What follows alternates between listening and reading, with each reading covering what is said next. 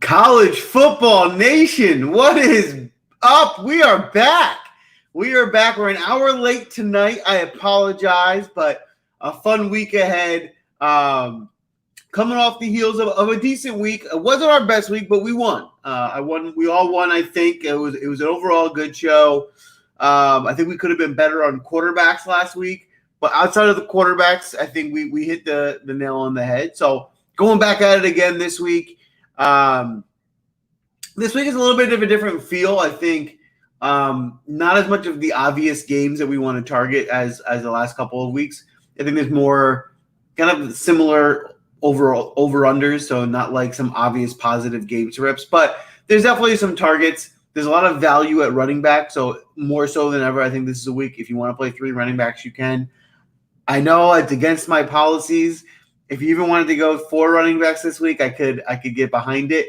But for the most part, I think we can stick to our regular script and go through each game. We'll go through each team's depth chart, talk about who's playable from a DFS perspective, and then go from there. So let's dive right into it. I want to keep today short and sweet like we always do. I know there's a lot of games to get through. So we'll go right through the depth charts. First game, Texas A&M and Missouri. A great game for DFS purposes. Heading right into the depth charts for this game. If I go in here, I'll start on the A&M side. It looks like they're going back to Calzada.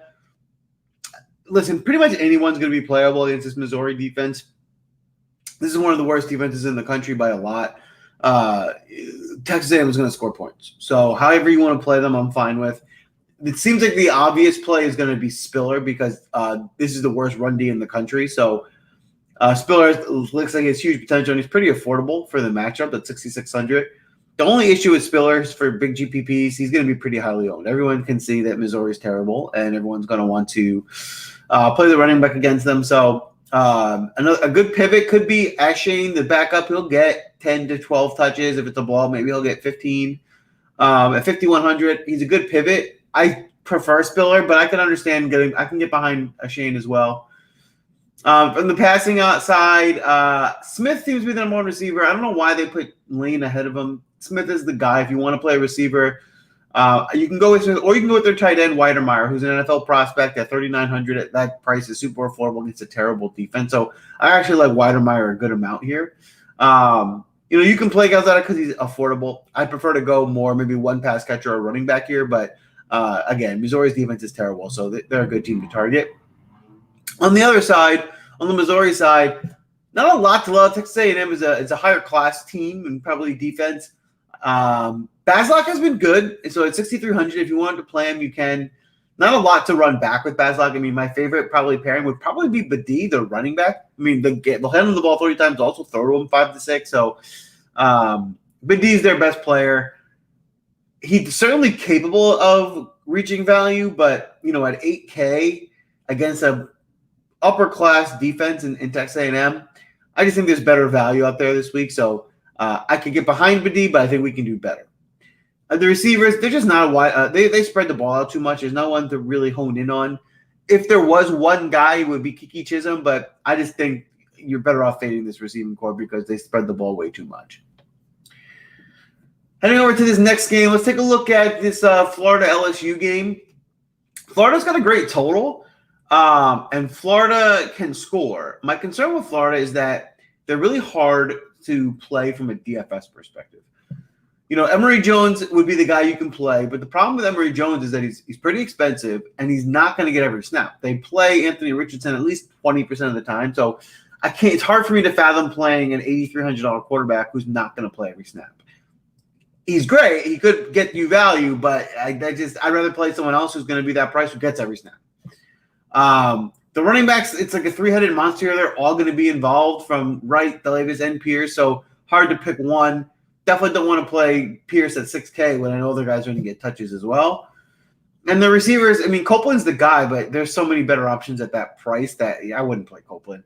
So it's really hard to play anyone on this Florida team just between pricing and the way that they spread the ball with different options.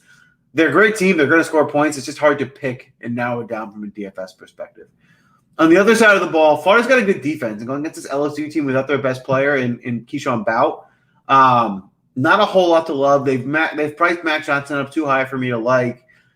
I think Davis Price is interesting at 4,400 just because he's so cheap. I don't love the matchup, but like a guy who seems to be at least the bell cow back in the offense at that price is a good value. I just don't know what his ceiling is against a pretty strong Florida defense. And if you were to go with the receiver here, I would think the guy would be Beck. He should get most of the cards that were going to bout before. So at 5,500, I think Beck is a fair price. He's definitely in play. And maybe Brian Thomas Jr., who I think at 3,700 is one of those guys. There's probably 4 or 5 guys in the mid to high 3K range that you can play. He might be one of them, especially with them missing their top target getter. The ball's got to go somewhere. So I can get behind that. But I would agree with, hey, Ivan, thanks for joining. I would agree with you, Ivan. For the most part, I don't love this game. Maybe I'll sprinkle in, one of these LSU receivers. But for the most part, this is not a game I'm looking to target heavily. Let's head over to this Auburn-Arkansas game.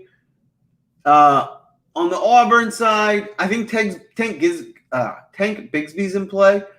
He was a huge prospect. 5,800 is totally affordable. And Arkansas is beatable against the run. I think that's their weakness, so you want to target them on the ground. So I think Bigsby's in play. I don't think Nix has much of an upside at all, so it's hard to play Nix. Maybe I could see it in cash because of his low price, but I'm not on Nix much. Bigsby I would play. Other than that, I don't like too much out of the Auburn side. If you look over here on the Arkansas guy, I do think some interesting plays. They finally priced KJ Jefferson appropriately against a tough Auburn front. I don't think we want to play him here. This isn't the matchup for him. Traylon Smith is the running back, but he just hasn't been all that impressive. His price is fine. If you wanted to play him, I'd be okay with it. I'd even be okay with you giving a shot to Raheem Sanders, who seems to be almost equally as involved as Traylon Smith. Again, Raheem Sanders you're playing because he's 3,400, not because he's the bell cow or has a great game script. So if you're looking to get a really cheap running back, I think you could do worse. But it did seem like maybe Raheem Sanders was starting to take the job in the fourth quarter last week. So if that's your thought process, you want to be sneaky in like a GPP, yeah, I can get behind that. And then at receiver, Treylon Brooks has been great. He catches a lot of big plays. It's hard to see him doing that every week. They've priced him up. I think he's playable. I think there's some other guys I'd prefer, but I wouldn't blame you if you wanted to play him for sure. Now let's take a look over here. Oklahoma State, Texas. This game's a tough one for me because Oklahoma State's got a good defense. And they got a tough defense, and Texas is the opposite. They got no defense and they got a good offense. So something's got to give. Oklahoma State has a better. Try and follow me on this one. Oklahoma State has a better offense than Texas has bad defense. Right? Am I making that? Does that make sense? So the weakness of the two, Oklahoma State, I think, is better. Spencer Sanders is more of a cash play to me. His price is right. I could see him getting there. I'd be okay with him either way. They just want to run the ball so much that I find him hard to play because of that. Jalen Warren, I love. I think he's going to get 30 touches. He's the go-to guy. I think 7,100 is more than a fair price for him. So I will have a good amount of shares of Jalen Warren. And then at receiver, Tay Martin's their guy. They throw to him every time. If you want to play a receiver, you can definitely play Tay Martin. I think the price is a little inflated for him. I would have rather have seen him in the low 7s than the high. For that reason, I'll have a few shares just because this Texas defense is so bad, but I'm definitely not going to, push him all in because I just think the price is a little too high. On the other side, in the Texas game, Casey Thomas has been playing great. I just think this Oklahoma State defense is a step up. I'm definitely more interested in Bijan Robinson here at 8,900. Bijan Robinson is the best running back in the country, but I think this Oklahoma State team is tougher than I think they might be getting credit for. I think with all the value running backs on this slate that we can find, and some of which I've already mentioned, I think we can find more value in a lower price than pay them $9K for Bijan Robinson here. So, listen, he's the best player in the country. There's certainly enough reasons to play him, but I think from a DFS roster construction standpoint against a solid Oklahoma State defense, I'm going to pivot probably at running back. And then at receiver, with Whittington likely out due to injury, it really makes Josh Moore and Xavier Worthy really interesting. Mainly Worthy, who kind of broke out last week and looked like he was their go-to guy. I'd go back to Worthy again. 7,400 is pricey for him. So if you want to go the more conservative Josh Moore with a much more affordable tag, I probably my preferred play. But the upside seems to be with Worthy, just based off last week.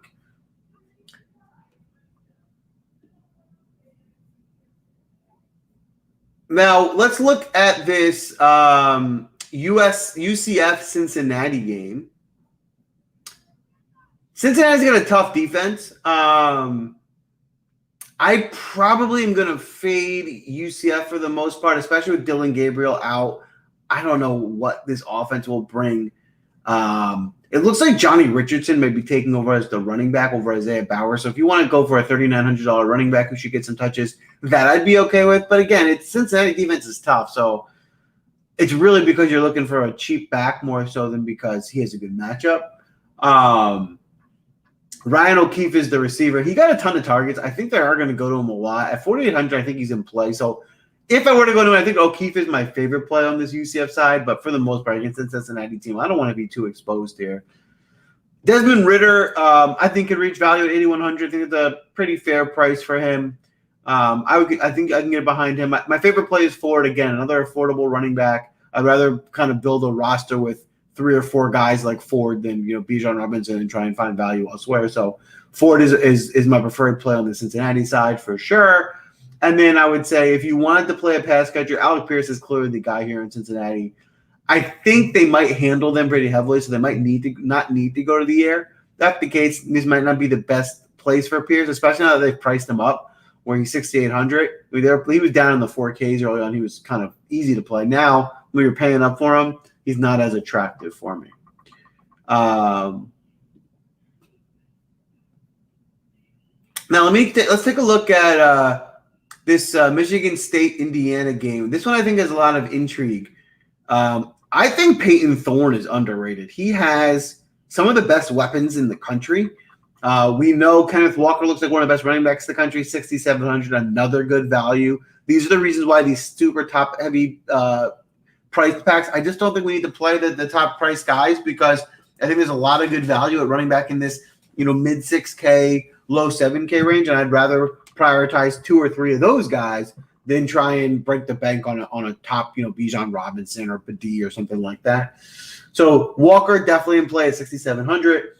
Let's not forget, Michigan State's got 3 receivers. I don't know why they list Mosley 4. He's number 3, who are all in play. Reed and Naylor look awesome. So that's what makes Thorne in play is because he's throwing to 2 what looks like potentially All-Americans.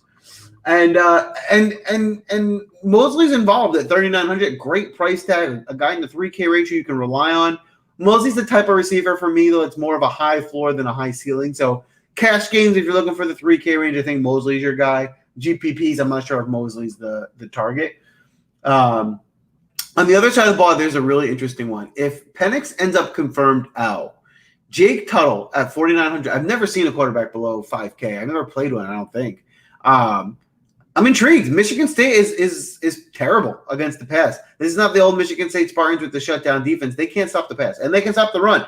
So they're going to have a hard time running the ball. They're going to have to go to the air. We don't know much about Tuttle. He was okay. He has a little bit of rushing upside. It's taking a shot, but I think his floor has to be higher than 4,900. So I think there's got to be a little value there. Just that's so cheap for a quarterback that's starting against a bad defense. I'm going to fade Carr. I'm going to fade the running game. And then in the passing game, the targets are going to Freifogel and Peyton Hendershot. So pair him up with one of those 2 guys. They'll get plenty of targets. Like I said, this Michigan State team can be beat. I actually think it's a really interesting way to go. And then when you do that, you can really kind of booster up the rest of your lineup. The next game we can talk about is this Nebraska. Did I miss one? Yeah, Nebraska, Minnesota. Not much to love here. Looks like Adrian Martinez gets like 30 points every game. The interesting about Adrian is he's the he's a good running back. I mean, he's going to get you almost 100 yards rushing and a touchdown every week on top of whatever he does passing. So at 7,900, I still think this is a good price. This is a better Minnesota defense, if that concerns you, but I still think they're underpricing Martinez, and I think I definitely will be playing him. Ramir Johnson is interesting because now they're throwing to him a lot. So I know it's awkward to play your quarterback who's a runner and then also a running back, but they throw him the ball probably more than anyone. So if Ramir Johnson's going to be this involved in the passing game at 5,500, then I think he's definitely a play. So he's on my radar for sure.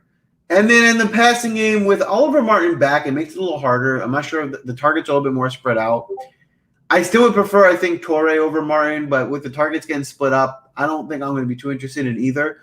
If I were to go with a pass catcher and throw a GPP dart, it would be Austin Allen at the minimum price tight end, who seems to get at least a couple targets each week, and he's pretty good. So I would throw my dart at Austin Allen, but I think that the receivers, those targets, they don't throw enough. I don't think these guys – I find it hard for them to reach value.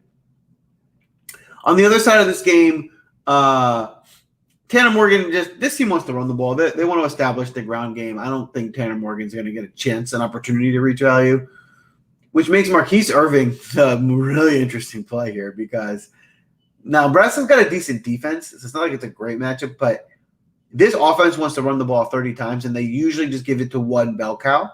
And so if he's that guy now because Potts is out at 3,900 with the volume that I think he might get, that's interesting. So listen, everyone else knows that too. I'm not revealing any major secret here. So I think he will be highly owned. I'll probably have to eat some chalk, but I think for cash, he's worth eating.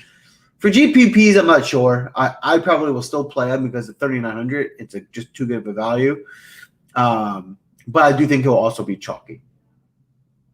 On the passing game, I'm not too interested in any of these pass catchers on the Minnesota side. Now let's take a look at this. Not really much to look at, actually. Georgia plays. We don't play them because Georgia's defense is too good, and no one can move the ball on them. So Kentucky's eliminated.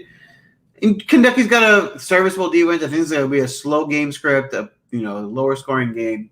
I don't like anyone in this game whatsoever. So then we head over to the Miami UNC game. This is a good game. This is a good game script. Some high totals. Plenty of guys to target here.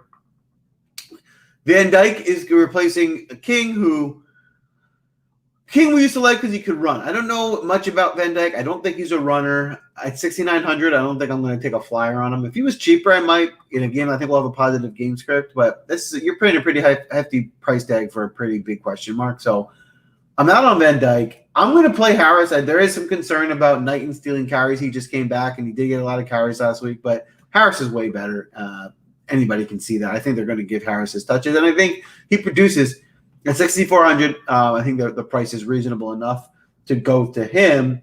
And then on the receiving end with Miami, they do throw to Charleston Rambo a lot. I think he's in play at 6,100, a little higher in price than I would have liked, but against a North Carolina team that should keep the scoring going, I think they'll have to throw. I think he can rack up some catches. So especially on DraftKings, it might be worth taking a shot on Rambo. On the Carolina side, Sam Howell is now showing, what we were expecting to see from him for 2 years. He can run for 100 yards every week. He can throw for 300. He's probably the best DFS player this year. He's in. I mean, even at 9,200, I like him more this week. I don't like to play expensive quarterbacks, but it's not like there's no competition this week. It's not like there's another guy or anything up there. Like I just think he has a way higher ceiling than anyone else, and there's no one else that he might, that might be close to him. So I'm definitely in on Howell. And Miami's defense is beatable. Like they've been beat through the air plenty of times this year. He's probably licking his chops this week for this matchup. Tyler Chandler is doing nothing but disappointing this year, in my opinion. At 6,300, I see no reason to go back to that. Well, I'd rather rely on the passing game here. And then Josh Downs at 8,700, really expensive. It's hard to afford Downs with Howell, but it's worth it. Figure it out. He throws them every time. They're not going to be stopped. They're going to have 2 huge games. That's where you get creative and you figure out ways to get those cheap running backs and whatnot that I've been mentioning in your lineups to make this work. But Downs and Howell are going to be great. It's just a matter of how can you make the roster construction work. Outside of that, Simmons doesn't get enough volume to justify his price tag. Maybe you could take a shot on Antoine Green, but I still don't think he gets enough volume either. But at least he's more affordable if you really want to pair someone else with Howell.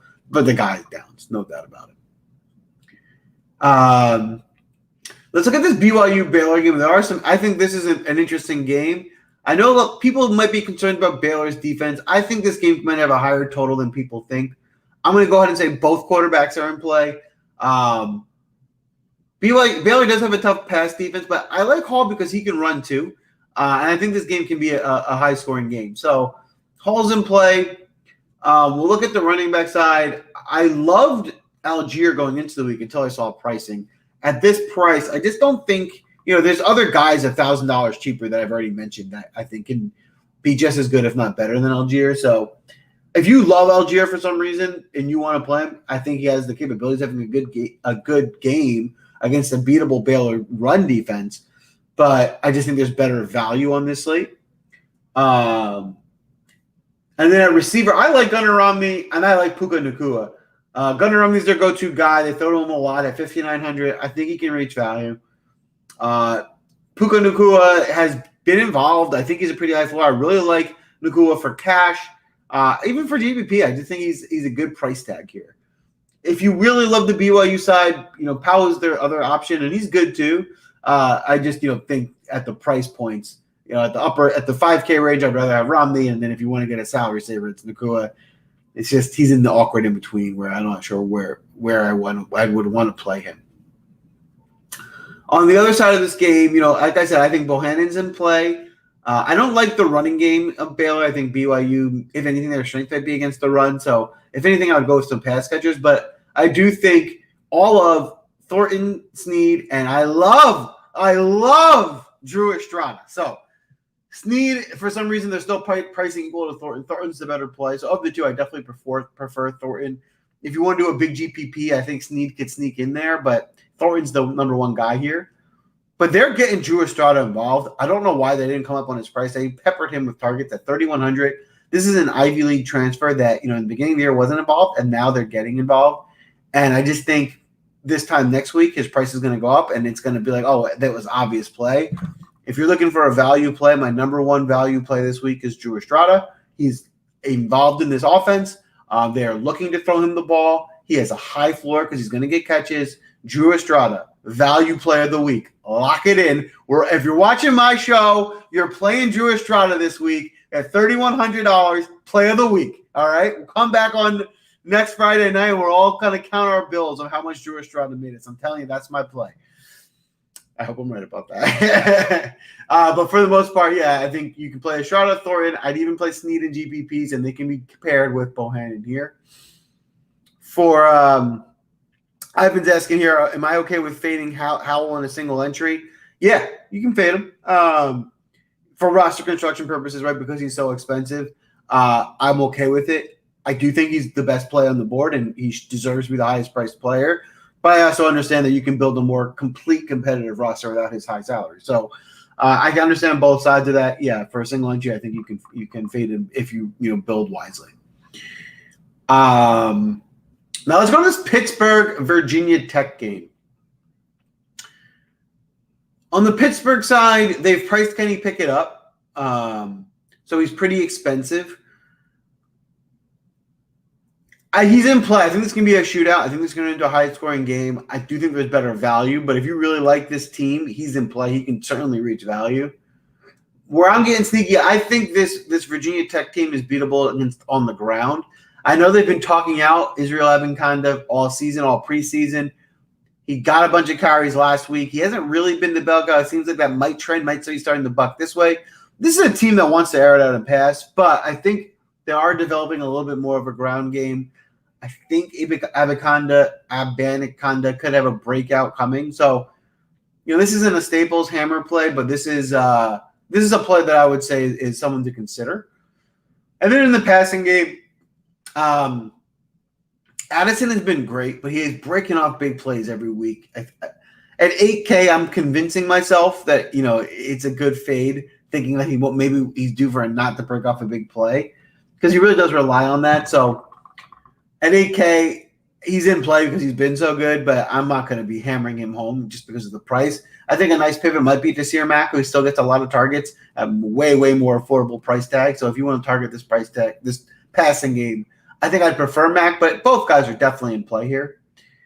Anyone else here I'm considering? Not really. I think that's it for that side. On the Virginia Tech side, I think Braxton Brewmeister, he's been a little disappointing this year, but I just think this game's going to have a really high total, and I think this can turn into a shootout at 6,300. That's a really good price tag. So I'm okay with playing him. I think we could fade the run game here. If you were to play one, it would be Blackshear, but I just don't like what I've seen out of the run game of Virginia Tech. If anything, I would look at some of these receivers. Robinson and Turner are the two guys. Turner, I think they're pretty even, so Turner being cheaper would probably be my preference, but I think both guys are capable of breaking this, or having a big time game in this matchup. And then the last game, Iowa-Purdue. Iowa's defense is second best probably in the country to Georgia. I'm going to fade the Boilermakers. No one on that team that I want to play against Iowa. Iowa's got some guys I'd consider. I think Tyler Goodson at 6,500 is definitely in play. Again, another one of those more affordable backs who I think has the slate breaking upside.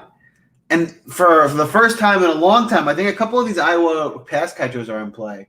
I actually wouldn't play Tracy, who's the number one guy.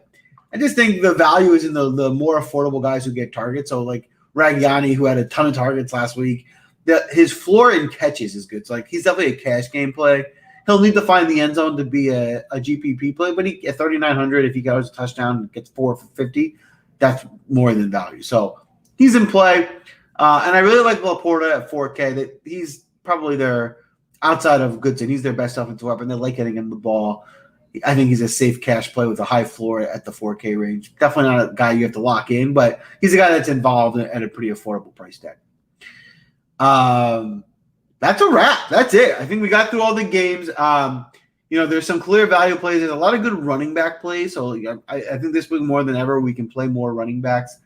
Quarterback's the toughest position. I think Ivan made a good point with Howell. He's so expensive. He's the best player, but he's so expensive. You can get more creative with some cheaper quarterbacks. So a few ways you can play this week. My biggest advice would be pick your game that you like the game script the best. There's going to be a lot of points back and forth, and try and target the quarterbacks and pass catchers from those games. I listed the plays I like. I think some good value if we're staying on the screen. If you want to look at the quarterback position, we'll go to all the games.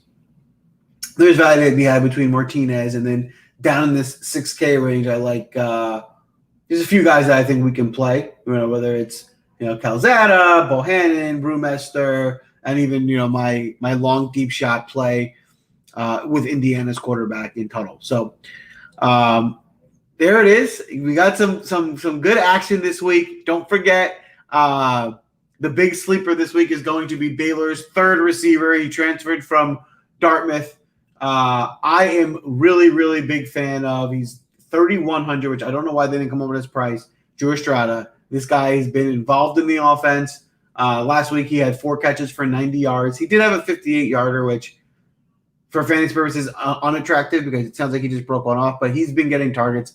This is too low of a salary for someone who I think is this involved in the offense. So I'm going to be playing some of Estrada for sure. That's a wrap for the week. Good luck. Please, please, please do come in. Let me know how you guys do next week. I'd love to see the success stories, what kind of worked out for you guys. Good luck, and let's go get it. Good luck, fam.